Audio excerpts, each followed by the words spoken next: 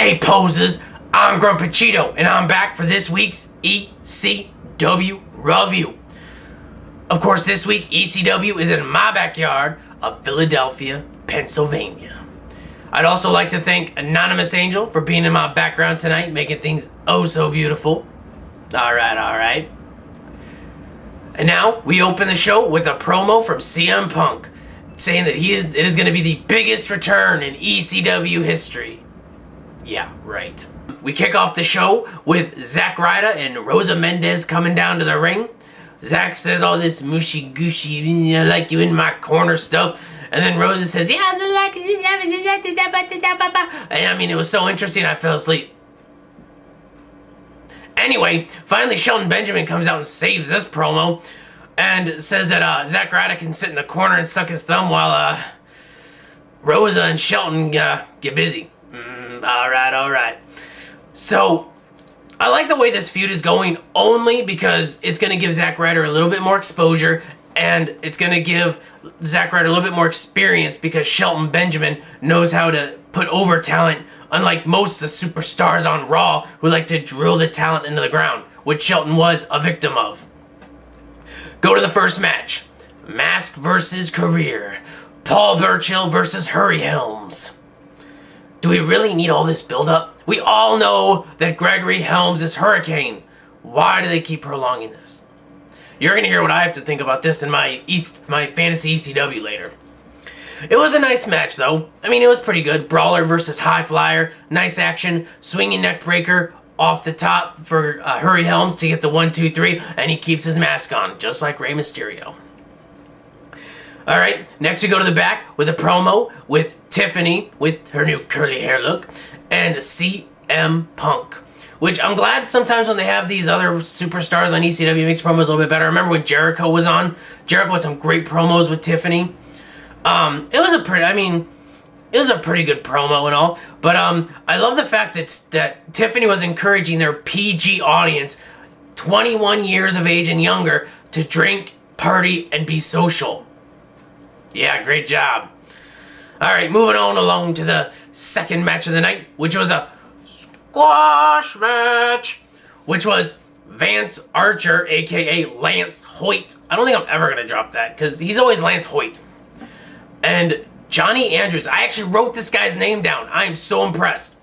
Minute and a half match, squash, Archer wins. Next match. Oh, it's a promo. Great promo in the back with Christian and CM Punk, where of course Christian calls CM Punk a nerd. Again, WWE encouraging their PG audience to party and not be sensible, responsible. That's why I like CM Punk, because he's a classy wrestler. Anyway, going on to the main event. CM Punk and William Regal versus Christian and R-Truth. What do I have note-wise on this match is nothing. This match was okay, some good work, but nothing phenomenal, nothing really that great. R-Truth, The only thing that's good about him is his song when he walks out.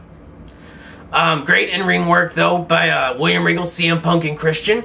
William Regal and CM Punk go over to get the 1, 2, 3, and that's another ECW. Now, let's move on to my fantasy ECW, where I tell you how I think the night should have gone. I would kick off the night with the promo with Zack Ryder, Rosa Mendes, and Shelton Benjamin.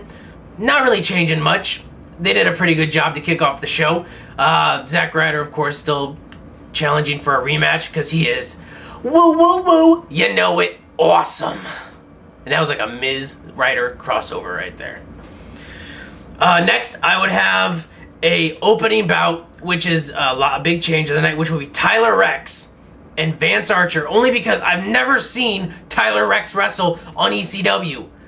I think he was on Superstars once since I've been doing these reviews. So I am officially making Tyler Rex a heel and Vance Archer's partner. And they would be taking on Yoshitatsu and Kung Fu Naki. Of course, Rex and Archer would get the win because Yoshitatsu and Kung Fu Naki are only funny to look at. And they're Asian. Then we would go to the second match of the night, which I would make the Mask versus Career match. But instead of having Helms win, I would have Burchill win.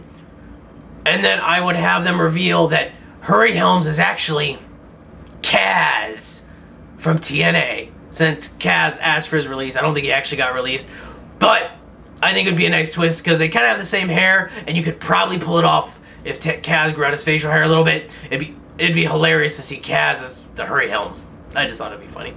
Anyway, go back to the back with that promo with CM Punk and Christian. I wouldn't change a thing again. Tonight had some great promos. You know, I think actually the promos outshined the matches tonight, which is kind of sad. And then I'd go to the end of the night match, which I would have William Regal and CM Punk versus Christian and Tommy Dreamer, because I just don't want R-Truth. And so it's my ECW, I do it how I want. So it would be Christian and Dreamer. And of course, CM Punk and Regal going over just because they needed to go over, and it was a great heel win for them.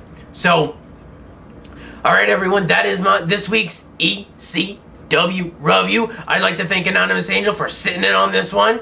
I'm Grumpy Cheeto, and I'm going to go enjoy my night with Anonymous Angel, and I am